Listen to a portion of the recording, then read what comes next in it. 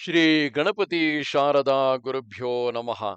ಯತ್ರ ಯೋಗೇಶ್ವರ ಕೃಷ್ಣೋ ಯತ್ರ ಪಾರ್ಥೋ ಧನುರ್ಧರಃ ತತ್ರ ಶ್ರೀ ವಿಜಯ ಭೂತಿರ್ಧ್ರುವ ನೀತಿರ್ಮತಿರ್ಮಮ. ಶ್ರೋತೃಗಳಿಗೆ ಶ್ರೀ ಅಳಸಿಂಗರಾಚಾರ್ಯ ವಿರಚಿತ ಶ್ರೀ ವ್ಯಾಸ ಮಹರ್ಷಿ ಪ್ರಣೀತ ಶ್ರೀಮನ್ ಮಹಾಭಾರತದ ಭೀಷ್ಮ ಪರ್ವದಲ್ಲಿ ವ್ಯಾಸನು ಧರ್ಮರಾಜನಿಗೆ ಜಯಾಪಜಯ ಸೂಚಕಗಳಾದ ನಿಮಿತ್ತಗಳನ್ನು ತಿಳಿಸುವುದು ಎಂಬ 3ನೆಯ ಅಧ್ಯಾಯಕ್ಕೆ ಸ್ವಾಗತ. ಓ ಧರ್ಮರಾಜ, ದುರ್ನಿಮಿತ್ತಗಳು ಇನ್ನೂ ಮಹಾಭಯಂಕರಗಳಾಗಿವೆ.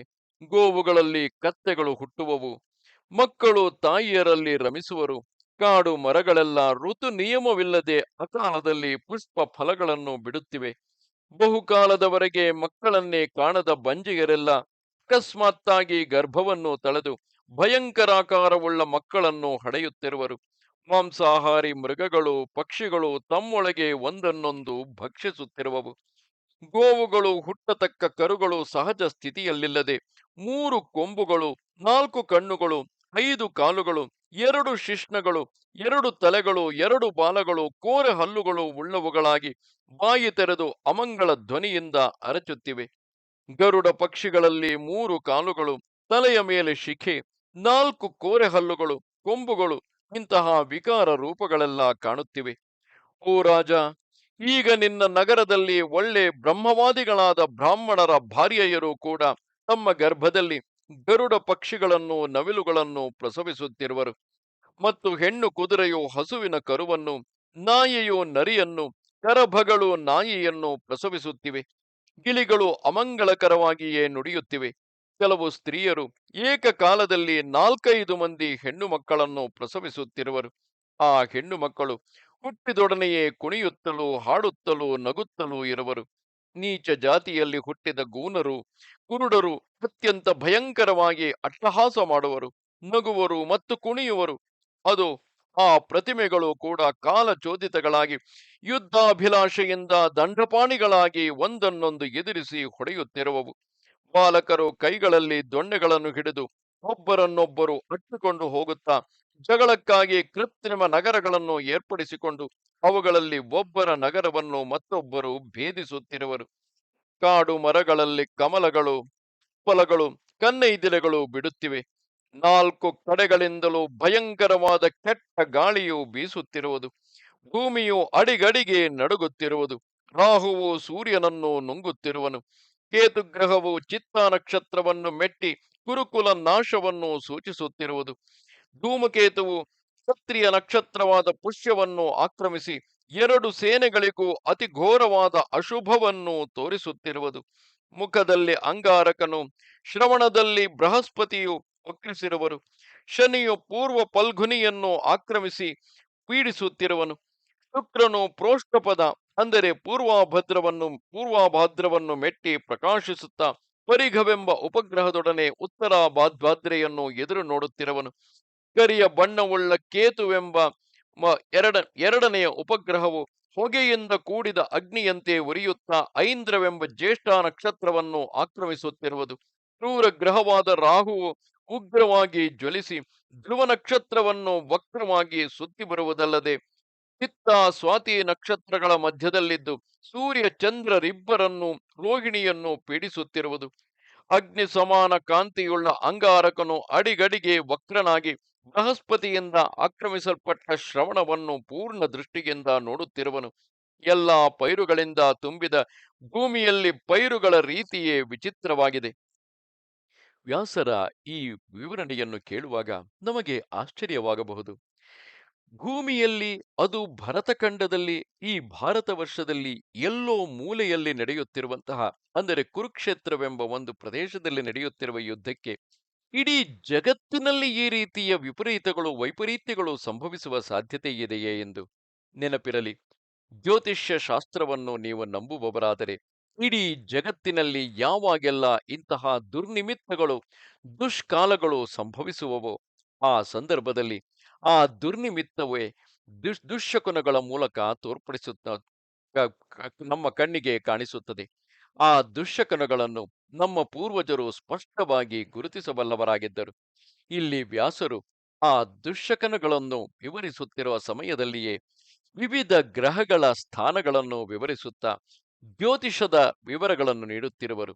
ಜ್ಯೋತಿಷದ ಪ್ರಕಾರ ಈಗ ಕೆಟ್ಟ ಕಾಲವು, ಕೆಟ್ಟ ದೆಸೆಯು ಪ್ರಾರಂಭವಾಗಿದ್ದರೆ ಅದರ ಪರಿಣಾಮ ಎಲ್ಲೋ ಒಂದೆಡೆ ಕಾಣಿಸಲೇಬೇಕು. ಆ ರೀತಿಯಾಗಿ ಆ ದುಶ್ಶಕುನಗಳು, ದುರ್ನಿಮಿತ್ತಗಳಿಗೆ ಮೂಲ ಕಾರಣ ಈಗ ಜಗತ್ತು ಕೆಟ್ಟ ದೆಸೆಯನ್ನು ಪ್ರವೇಶಿಸುತ್ತಿದೆ ಎಂದು. ಆದ್ದರಿಂದ ಜ್ಯೋತಿಷ್ಯದಲ್ಲಿ ಅಲ್ಪ ಸ್ವಲ್ಪ ನಂಬಿಕೆ ಇದ್ದವರಿಗೂ ನಾವೆಲ್ಲರೂ ಈ ಇಡೀ ಅಸ್ತಿತ್ವದ ಭಾಗವೇ. ಈ ಇಡೀ ಅಸ್ತಿತ್ವದಲ್ಲಿ ಭಗವಂತನು ಆಡಿಸುವ ಲೀಲಾ ನಾಟಕದಲ್ಲಿ ನಾವೆಲ್ಲರೂ ಕೇವಲ ಪಾತ್ರಧಾರಿಗಳಲ್ಲವೇ? ಯವಧಾನ್ಯವು 5 ತಲೆ ಅಂದರೆ 5 ತೆನೆಗಳಿಂದಲೂ, ಭತ್ತದ ಪೈರು 100 ತೆನೆಗಳಿಂದಲೂ ಕಾಣಿಸುತ್ತಿದೆ. ಲೋಕದೊಳಗೆಲ್ಲ ಶ್ರೇಷ್ಠವೆನಿಸಿಕೊಂಡು ಜಗತ್ತಿಗೆಲ್ಲ ಮುಖ್ಯಾಧಾರಗಳಾದ ಗೋವುಗಳನ್ನು ಕರೆಯುವುದಕ್ಕಾಗಿ ಅವುಗಳ ಕೆಚ್ಚಲ ಬಳಿಗೆ ಕರುಗಳು ಬಿಟ್ಟೊಡನೆ ಅವುಗಳ ಮೊಲೆಗಳಿಂದ ರಕ್ತವು ಸೋರೆ ಎಕ್ಕುತ್ತಿರುವುದು. ಬಿಲ್ಲಿನಿಂದ ಅಗ್ನಿ ಜ್ವಾಲೆಗಳು ಹೊರಡುವವು, ಕತ್ತಿಗಳು ಉರಿಯುತ್ತಿರುವವು. ಶಸ್ತ್ರಾಸ್ತ್ರಗಳೆಲ್ಲವೂ ಸನ್ನಿಹಿತವಾದ ಯುದ್ಧವನ್ನೇ ಸ್ಪಷ್ಟವಾಗಿ ತೋರಿಸುತ್ತಿವೆ. ಶಸ್ತ್ರಗಳು, ನೀರು, ಕವಚಗಳು, ಧ್ವಜಗಳು ಇವೆಲ್ಲ ಅಗ್ನಿವರ್ಣದಿಂದಲೇ ಕಾಣಿಸುತ್ತಿವೆ. ಇವೆಲ್ಲ ಮುಂದಿನ ಮಹಾಕ್ಷಯವನ್ನು ಸೂಚಿಸುವವು. ಶೀಘ್ರದಲ್ಲಿಯೇ ಕೌರವ ಪಾಂಡವ ಯುದ್ಧದಿಂದ ಭೂಮಿಯು ರಕ್ತ ಪ್ರವಾಹದ ಸುಳಿಗಳಿಂದಲೂ ಧ್ವಜಗಳೆಂಬ ತೆಪ್ಪಗಳಿಂದಲೂ ಕೂಡಿದ ಒಂದು ಭಯಂಕರವಾದ ಮಡುವಿನಂತಾಗುವುದು. ನಾನಾ ದಿಕ್ಕುಗಳಲ್ಲಿಯೂ ಮೃಗ ಪಕ್ಷಿಗಳು ಬಾಯಿ ತೆರೆದುಕೊಂಡು ಉರಿಯನ್ನು ಕಾರುವ ಮುಖಗಳಿಂದ ಮುಂದೆ ಕ್ಷತ್ರಿಯ ಕುಲಕ್ಕೆ ಉಂಟಾಗುವ ಮಹಾನ್ ಅನರ್ಥವನ್ನು, ಭಯವನ್ನು ಸೂಚಿಸುತ್ತಿರುವವು. ಒಂದೇ ಕಣ್ಣು, ಒಂದೇ ರೆಕ್ಕೆ, ಒಂದೇ ಕಾಲುಳ್ಳ ಕೆಲವು ಪಕ್ಷಿಗಳು ಆಕಾಶದಲ್ಲಿ ರಾತ್ರಿಯ ಹೊತ್ತು ಅಶ್ಲೀಲ ಧ್ವನಿಯಿಂದ ಅರಚುತ್ತಾ ರಕ್ತವನ್ನು ಕಾರುತ್ತಿರುವವು. ಬೃಹಸ್ಪತಿ ಶನಿಗ್ರಹಗಳೆರಡು ಉರಿಯುವಂತೆ ಕೆಂಪು ಬಣ್ಣವುಳ್ಳವುಗಳಾಗಿ ಸಪ್ತರ್ಷಿಗಳ ಪ್ರಭೆಯನ್ನು ಮರೆಸಿ ವಿಶಾಖ ನಕ್ಷತ್ರಗಳ ಸಮೀಪದಲ್ಲಿ ಸೇರಿವೆ. ಸೂರ್ಯ ಚಂದ್ರರಿಬ್ಬರು ಒಂದೇ ದಿನದಲ್ಲಿ 2 ತಿಥಿಕ್ಷಯದಿಂದಾದ ತ್ರಯೋದಶಿ ತಿಥಿಯಲ್ಲಿಯೇ ರಾಹುಗ್ರಸ್ತರಾಗಿ ಇರುವರು. ಹೀಗೆ ಚಂದ್ರ ಸೂರ್ಯರ ಅಪರ್ವ ಅಂದರೆ ಅಕಾಲ ಗ್ರಹಣವು ದೊಡ್ಡ ಪ್ರಜಾಕ್ಷಯ ಸೂಚಕವು. ಸುಂಟರ ಗಾಳಿಯಿಂದೆದ್ದ ರಜೋ ವರ್ಷದಿಂದ ದಿಕ್ಕುಗಳೆಲ್ಲ ಮರೆಸಿ ಹೋಗಿವೆ. ರಾತ್ರಿಯಲ್ಲಿ ಉತ್ಪಾತ ಮೇಘಗಳು ರಕ್ತವನ್ನು ವರ್ಷಿಸುತ್ತಿವೆ. ಸ್ವಾತಿಯ ಅಂಶದಲ್ಲಿರುವ ಕ್ರೂರ ಗ್ರಹವಾದ ರಾಹುವು ತನ್ನ ಕ್ರೂರ ಸ್ವಭಾವಕ್ಕೆ ಅನುಗುಣವಾಗಿ ಕೃತ್ತಿಕಾ ನಕ್ಷತ್ರವನ್ನು ಪೀಡಿಸುತ್ತಾ ಧೂಮಕೇತುವನ್ನು ಅನುಸರಿಸಿ ಎಲ್ಲಾ ಕಡೆಗಳಲ್ಲಿಯೂ ವಿಷಮಯವಾದ ಗಾಳಿಯನ್ನು ಹೊರಡಿಸುತ್ತಿರುವುದು. ಕ್ಷತ್ರಿಯ ವಿನಾಶಕರಗಳೆನಿಸಿದ ಅಶ್ವಿನಿ ಮೊದಲುಗೊಂಡು 99 ನಕ್ಷತ್ರ ರಾಶಿ ವಿಭಾಗಗಳಲ್ಲಿ ಮೊದಲಿನ 3 ನಕ್ಷತ್ರಗಳನ್ನು ಬುಧನು ಆಗಾಗ ಮೇಲೆ ಬಿದ್ದು ಆವರಿಸಿ ಪ್ರಾಣಿಗಳಿಗೆ ಭಯವನ್ನು ಸೂಚಿಸುತ್ತಿರುವನು. ಕೃಷ್ಣ ಪಕ್ಷದಲ್ಲಿ ಅಮಾವಾಸ್ಯೆ ಎಂಬುದು 14, 15 ಅಥವಾ 16ನೆಯ ದಿನಗಳಲ್ಲಿ ಬರುವುದನ್ನು ಮಾತ್ರ ನಾನು ನೋಡಿದುದುಂಟು. ಈಗಲೂ ತ್ರಯೋದಶಿಯಲ್ಲಿಯೇ ಅಮಾವಾಸ್ಯೆ ಬಂದು ಆ ದಿನವೇ ಚಂದ್ರ ಸೂರ್ಯರಿಬ್ಬರ ಗ್ರಹಣವನ್ನು ನೋಡುವಂತಾಗಿದೆ.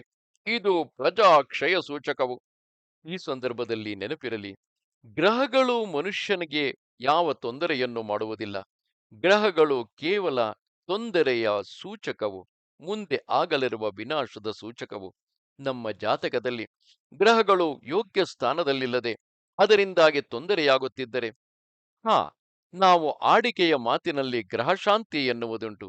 ಇದು ಗ್ರಹಗಳ ಮೇಲೆ ಪರಿಣಾಮ ಬೀರುವುದಕ್ಕಲ್ಲ, ಬದಲಿಗೆ ಗ್ರಹಗಳು ನಮಗೆ ಸೂಚಿಸುತ್ತಿರುವಂತಹ ಮುಂದೆ ಆಗಲಿರುವ ಸಮಸ್ಯೆಗಳಿಗೆ ನಮಗೆ ನಾವೇ ಅದನ್ನು ಎದುರಿಸಲಿಕ್ಕಾಗಿ ಮಾಡಿಕೊಳ್ಳಬೇಕಾದ ಸಿದ್ಧತೆ. ಕೃಷ್ಣ ಪಕ್ಷದ ಚತುರ್ದಶಿಯಲ್ಲಿ ಮಾಂಸ ವರ್ಷವು ಸುರಿಯುತ್ತಿದೆ.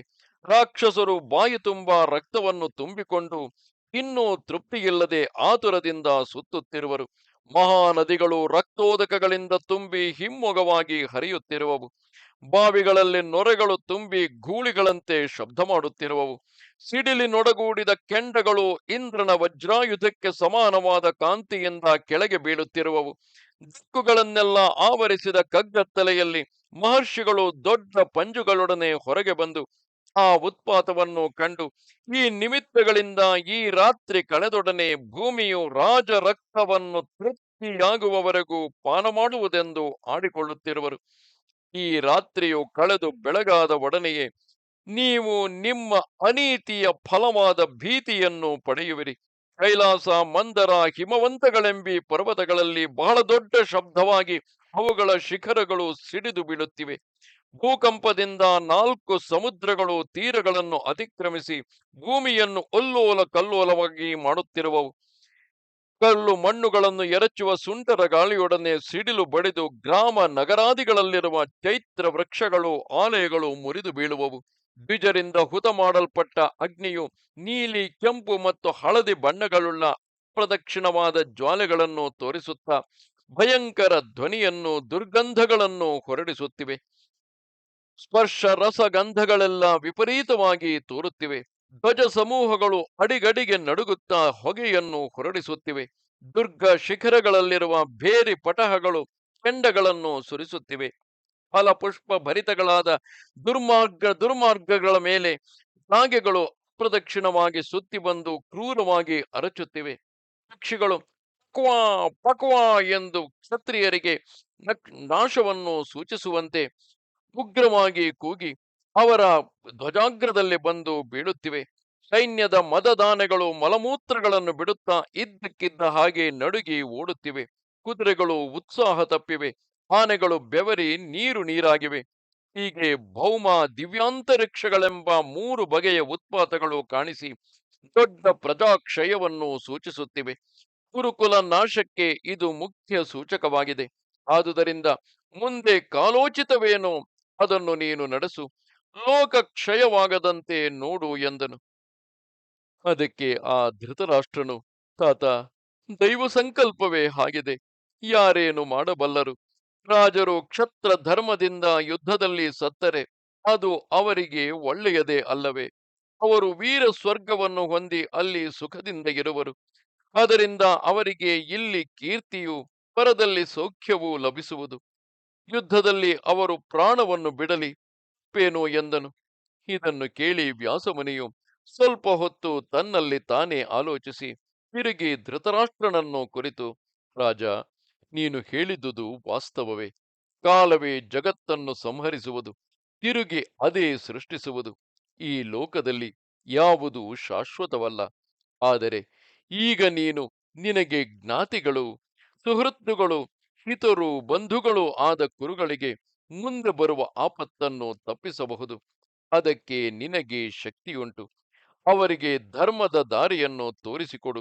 ಜ್ಞಾತಿ ವಧವೆಂಬುದು ಕೇವಲ ಹೀನವು. ನನಗೆ ಅಪ್ರಿಯವಾದ ಆ ಕಾರ್ಯಕ್ಕೆ ಅವಕಾಶ ಕೊಡದಿರು. ಮುಖ್ಯವಾಗಿ ಕಾಲವೇ ನಿನಗೆ ಪುತ್ರರೂಪದಿಂದ ಹುಟ್ಟಿರುವನು. ಕೊಲೆ ಎಂಬುದನ್ನು ಯಾವ ವೇದವೂ ಆಧರಿಸುವುದಿಲ್ಲ. ಅದು ಯಾರಿಗೂ ಯಾವ ಭಾಗದಲ್ಲಿಯೂ ಹಿತವಾದುದಲ್ಲ. ಯಾವನು ಕುಲಧರ್ಮವನ್ನು ಕೆಡಿಸುವನೋ ಅವನು ಆತ್ಮಘಾತುಕನೆನಿಸುವನು. ಈ ಅನರ್ಥವನ್ನು ತಪ್ಪಿಸಲು ನಿನ್ನಿಂದ ಸಾಧ್ಯವಿರುವಾಗಲೂ ಕಾಲವೈಪರೀತ್ಯದಿಂದ ಅಮಾರ್ಗಕ್ಕೆ ಹೋಗುತ್ತಿರುವೆ. ನಿನ್ನ ಕುಲದ ಮತ್ತು ಇತರ ರಾಜರ ನಾಶಕ್ಕಾಗಿ ರಾಜ್ಯ ರೂಪದಿಂದ ಅನರ್ಥವೇ ಈಗ ನಿನ್ನನ್ನು ಆವರಿಸಿದೆ. ಧರ್ಮವನ್ನು ಬಿಡಬೇಡ. ನಿನ್ನ ಮಕ್ಕಳಿಗೆ ಧರ್ಮವನ್ನು ತಿಳಿಸು. ಪಾಪವನ್ನು ತಂದಿಡತಕ್ಕ ಈ ರಾಜ್ಯದಿಂದ ನಿನಗೇನಾಗಬೇಕು? ಕೀರ್ತಿ ಧರ್ಮಗಳನ್ನು ಗಳಿಸಿ ಸ್ವರ್ಗವನ್ನು ಸಾಧಿಸು. ಪಾಂಡವರು ತಮ್ಮ ರಾಜ್ಯವನ್ನು ಪಡೆಯಲಿ, ಕೌರವರು ಶಾಂತಿ ಹೊಂದಲಿ ಎಂದನು. ಅದಕ್ಕೆ ಧೃತರಾಷ್ಟ್ರನು ವ್ಯಾಸ ಮಹರ್ಷಿಯ ವಾಕ್ಯಗಳನ್ನು ಅಭಿನಂದಿಸಿ, ಓ ಮಹರ್ಷಿ, ನೀನು ತಿಳಿಸಿದ ಸಂಗತಿಗಳೆಲ್ಲ ನನಗೂ ತಿಳಿದಿವೆ. ಭಾವಗಳ ನಿಜ ತತ್ವಗಳನ್ನು ನಾನು ಬಲ್ಲೆನು. ಆದರೂ ಲೋಕಕ್ಕೆ ಸ್ವಾರ್ಥದಲ್ಲಿ ಮೋಹವಿರುವುದು ಸಹಜವು. ನಾನು ಆ ಗುಣಕ್ಕೆ ಒಳಗಾಗಬೇಕಾದವನೇ ಎಂಬುದು ನಿನಗೆ ತಿಳಿಯದೆ, ಆತ, ಮಹಾನುಭಾವನಾದ ನೀನೇ ನನಗೆ ಧರ್ಮಾರ್ಥ ಮಾರ್ಗವನ್ನು ತಿಳಿಸತಕ್ಕದ್ದು. ನೀನೇ ನನಗೆ ಗತಿ. ನನ್ನ ಮಕ್ಕಳೇನೋ ನನ್ನ ವಶದಲ್ಲಿಲ್ಲ. ನನ್ನ ಬುದ್ಧಿಯು ಅಧರ್ಮಕ್ಕೀಡಾಗುವುದಿಲ್ಲ. ನೀನಾದರೂ ಕೌರವರಿಗೂ ಪಾಂಡವರಿಗೂ ಪಿತಾಮಹನು. ನೀನೇ ಪವಿತ್ರವಾದ ಧರ್ಮವು. ನೀನೇ ಕೀರ್ತಿ, ನೀನೇ ಧೃತಿ ಸ್ಮೃತಿಗಳು. ಆದುದರಿಂದ ನೀನೇ ಈಗಿನ ಸಂದರ್ಭದಲ್ಲಿ ಉಚಿತವು ಯಾವುದೋ ಅದನ್ನು ನಡೆಸಬಲ್ಲವನು ಎಂದನು. ಅದಕ್ಕೆ ವ್ಯಾಸನು, ಓ ಧೃತರಾಷ್ಟ್ರ, ನಿನ್ನ ಮನಸ್ಸಿನಲ್ಲಿ ಯಾವುದಾದರೂ ಕೇಳಬೇಕಾದ ಅಂಶವಿದ್ದರೆ ಕೇಳು. ನಿನ್ನ ಸಂಶಯವನ್ನು ನೀಗಿಸುವೆನು ಎಂದನು. ಆಗ ಧೃತರಾಷ್ಟ್ರನು, ಮುನೀಂದ್ರ, ಯುದ್ಧದಲ್ಲಿ ವಿಜಯ ಸೂಚನೆಗಳು ಯಾವುವೋ ಅವುಗಳನ್ನು ವಿವರಿಸು ಎನ್ನಲು, ಆಗ ವ್ಯಾಸನು ಅಗ್ನಿಯು ಹೊಗೆಯಿಲ್ಲದೆ ದಕ್ಷಿಣಾವರ್ತ ಶಿಖರಗಳಿಂದಲೂ ಹವ್ಯದ ಸುಗಂಧಗಳಿಂದಲೂ ಉದ್ದಕ್ಕೆ ಜ್ವಲಿಸುತ್ತಿರುವುದು ಮುಂದಿನ ಜಯಕ್ಕೆ ಸೂಚನೆ. ಶಂಖ ಮೃದಂಗಗಳು ಸ್ನಿಗ್ಧ ಗಂಭೀರ ಧ್ವನಿಗಳನ್ನು ಕೊಡುವುದು, ಸೂರ್ಯ ಚಂದ್ರರು ಪರಿಶುದ್ಧ ರಶ್ಮಿಗಳಿಂದ ಒಪ್ಪುವುದು ಜಯಕ್ಕೆ ಸೂಚನೆ. ಪ್ರಯಾಣಿಕರ ಹಿಂದೆ ಕಾಗೆಗಳು ಕೂಗಿದರೆ ಪ್ರಯಾಣವನ್ನು ಪ್ರೋತ್ಸಾಹಿಸುವವು, ಮುಂಭಾಗದಲ್ಲಿ ಕೂಗಿದರೆ ಪ್ರಯಾಣವು ಬೇಡವೆಂದು ತಡೆಯುವವು. ಗಿಳಿ, ರಾಜಹಂಸ, ಕ್ರೌಂಚ, ಶತಪತ್ರ, ಸಾರಸ ಮುಂತಾದ ಪಕ್ಷಿಗಳು ಕಲ್ಯಾಣ ವಾಕ್ಯವನ್ನು ನುಡಿಯುತ್ತಾ ಪ್ರದಕ್ಷಿಣ ಮಾಡುವವು. ಈ ಗುರುತುಗಳು ನಿಜವಾದ ಜಯಸೂಚಕವೆಂದು ಪ್ರಾಜ್ಞರು ತಿಳಿಸುವರು. ಶುಭಾಲಂಕಾರಗಳಿಂದಲೂ ಧ್ವಜ ಕವಚಾದಿಗಳಿಂದಲೂ ಸುಖ ಪ್ರಣಾದಗಳಿಂದಲೂ ಕುದುರೆಗಳ ಕೂಗಿನಿಂದಲೂ ಯಾರ ಸೈನ್ಯವು ಶೋಭಿಸುತ್ತಿರುವುದೋ ಅವರಿಗೆ ಜಯವು ನಿಶ್ಚಯವು. ಯೋಧರು ಧರಿಸಿದ ಹೂದಂಡೆಗಳು ಬಾಡದಿರುವುದು, ಅವರ ಹರ್ಷ ವಾಕ್ಯಗಳು, ಅವರ ಬಲೋತ್ಸಾಹಗಳು ಹೆಚ್ಚುವುದು, ಇವೆಲ್ಲ ಆ ಪಕ್ಷದವರು ಶತ್ರುಗಳನ್ನು ಜಯಿಸುವುದಕ್ಕೆ ಸೂಚನೆಗಳು. ಪ್ರಯಾಣ ಕಾಲದಲ್ಲಿ ಹಿಂದೆ ಮುಂದೆ ಮತ್ತು ಪಾರ್ಶ್ವಗಳಲ್ಲಿ ವಾಯಸಗಳು ಬಲವಾಗಿ ಕೂಗಿದರೆ ಕಾರ್ಯಸಿದ್ಧಿಗೆ ಸೂಚಕವು. ಶಬ್ದ ಸ್ಪರ್ಶ ರೂಪ ಗಂಧ ರಸಗಳು ವಿಕಾರವಿಲ್ಲದೆ ಮಂಗಳಕರಗಳಾಗಿ ಯಾವಾಗ ತೋರುವುದೋ, ಗಾಳಿ ಮೇಘಗಳು ಪಕ್ಷಿಗಳು ಇಂದ್ರಧನಸ್ಸು ಮುಂತಾದವು ತಮ್ಮನ್ನು ಹಿಂಬಾಲಿಸಿ ಬರುವುದು, ಇವೆಲ್ಲ ಮುಂದಿನ ಜಯಕ್ಕೆ ಚಿಹ್ನೆಗಳು. ಇದಕ್ಕೆ ವಿಪರೀತ ವಾಯುವು ಉಪಜಯ ಸೂಚಕಗಳು. ಸೇನೆಯು ಚಿಕ್ಕದಾದರೂ ಅದರಲ್ಲಿರುವ ಯೋಧರು ಹರ್ಷೋತ್ಸಾಹಗಳಿಂದ ಕೂಡಿದ್ದರೆ ಅನೇಕ ಶೂರಾಗ್ರಣಿಗಳಿಂದೊಪ್ಪುತ್ತಿರುವ ಎಷ್ಟು ದೊಡ್ಡ ಸೈನ್ಯವನ್ನಾದರೂ ಜಯಿಸಬಹುದು. ಆದುದರಿಂದ ಸೈನ್ಯಗಳ ಸಂಖ್ಯಾ ಬಲವೇ ಜಯಕ್ಕೆ ಸಾಧಕವಲ್ಲ. ನಾಯಕನು ಸ್ವಲ್ಪ ಭಯಪಟ್ಟರೂ ಸೈನ್ಯಗಳು ಭಯಪಟ್ಟು ಓಡುವವು. ಒಬ್ಬನು ಓಡಿದುದನ್ನು ನೋಡಿ ಮತ್ತೊಬ್ಬನು ಓಡುವನು. ಓಡಿದವರನ್ನು ಕಂಡಷ್ಟು ಭಯವು ಮೇಲೆ ಮೇಲೆ ಹೆಚ್ಚುವುದು. ಹರಿಯುವ ಪ್ರವಾಹದ ವೇಗವನ್ನು ಭಯಪಟ್ಟು ಓಡುವ ಮೃಗಗಳನ್ನು ತಡೆಯುವುದು ಹೇಗೆ ಅಸಾಧ್ಯವೋ ಹಾಗೆ ಅಂತಹ ಸೈನ್ಯವನ್ನು ಹಿಂದಿರುಗಿಸಿ ಒಟ್ಟುಗೂಡಿಸುವುದು ಎಂತಹ ಸಮರ್ಥನಿಗೂ ಅಸಾಧ್ಯವು. ಓ ರಾಜ, ಸಾಮ ದಾನೋಪಾಯಗಳಿಂದ ಲಭಿಸುವ ಜಯವೇ ಉತ್ತಮವು. ಭೇದದಿಂದ ಬರುವ ಜಯವು ಮಧ್ಯಮವು. ಯುದ್ಧದಿಂದ ಪ್ರಾಪ್ತವಾದ ಜಯವು ಅಧಮವು ಮತ್ತು ಅದು ಮಹಾ ದೋಷಕರವೆಂದು ಕ್ಷಯಕರವೆಂದು ಎಣಿಸಲ್ಪಡುವುದು. ಸ್ವಬಲ ಶತ್ರು ಬಲಗಳನ್ನು ಚೆನ್ನಾಗಿ ತಿಳಿದವರು, ಹರ್ಷಯುಕ್ತರು, ಪುತ್ರ ಮಿತ್ರ ಕಳತ್ರಗಳಲ್ಲಿ ಮೋಹವನ್ನು ಬಿಟ್ಟವರು, ಯುದ್ಧದಲ್ಲಿ ಮುಂದಿಟ್ಟ ಕಾಲನ್ನು ಹಿಂದಿಡದವರು ಆದ 50 ಮಂದಿ ವೀರರು ಮಾತ್ರವಿದ್ದರು. ಅವರು 500 ಮಂದಿ ವೀರರಿರುವ ದೊಡ್ಡ ಸೈನ್ಯವನ್ನಾದರೂ ಜಯಿಸಬಲ್ಲರು. ತನ್ನ ಶಕ್ತಿಯನ್ನರಿತ ಗರುತ್ಮಂತನು ಬೇರೆಯವರ ಸಹಾಯವನ್ನು ಕೋರದೆ ತನ್ನ ರೆಕ್ಕೆಗಳಿಂದಲೇ ಎಷ್ಟೋ ಸಾರಿ ಪರಸೈನ್ಯಗಳೆಲ್ಲವನ್ನೂ ಜಯಿಸಿರುವನು. ಸೇನೆಯ ಅಧಿಕ ಸಂಖ್ಯೆಯೊಂದರಿಂದಲೇ ಜಯವು ಲಭಿಸುವುದೆಂದು ಹೇಳಲಾಗದು. ಈ ವಿಷಯದಲ್ಲಿ ದೈವ ಬಲವೇ ಮುಖ್ಯ ಕಾರಣವು. ಯುದ್ಧದಲ್ಲಿ ಜಯವುಳ್ಳವರು ಕೃತ್ಕೃತ್ಯರೆನಿಸುವರು. ಗಮನಿಸಿ, ಇಲ್ಲಿ ವ್ಯಾಸರು ಪರೋಕ್ಷವಾಗಿ ಪಾಂಡವರ ಜಯವನ್ನೇ ಸೂಚಿಸುತ್ತಿರುವರು. ಕೃಷ್ಣನ ಮೂಲಕ ಅವರಿಗೆ ದೈವ ಸಹಾಯವಿರುವುದು. ಪರಾಕ್ರಮಿಗಳಾದ ಯುದ್ಧೋತ್ಸಾಹಿಗಳಾದ ಸೈನಿಕರು ಪಾಂಡವರ ಕಡೆಗಿರುವರು. ಅವರ ಸಂಖ್ಯಾಬಲ ಕಡಿಮೆ ಇರಬಹುದು, ಆದರೆ ಎಂತಹ ದೊಡ್ಡ ಸೇನೆಯನ್ನು ಎದುರಿಸಬಲ್ಲ ಛಲ ಪಾಂಡವರಲ್ಲಿದೆ. ಆದರೆ ಧೃತರಾಷ್ಟ್ರನ ಎದುರು ನೇರವಾಗಿ ಪಾಂಡವರಿಗೆ ಜಯ ಎಂದು ಹೇಳದೆ ಸೂಕ್ಷ್ಮವಾಗಿ ಯಾವುದು ಜಯಸೂಚಕವೋ ಅದನ್ನು ವ್ಯಾಸಮುನಿಗಳು ಹೇಳುತ್ತಿರುವರು. ಇದು 3ನೆಯ ಅಧ್ಯಾಯವು. ನಮಸ್ತೆ ಶಾರದೆ ದೇವಿ, ಕಾಶ್ಮೀರ ಪುರವಾಸಿನಿ, ತ್ವಾಮಹಂ ಪ್ರಾರ್ಥಯೇ ನಿತ್ಯಂ, ವಿದ್ಯಾದಾನಂಚ ದೇಹಿಮೆ. ನಮಸ್ಕಾರ.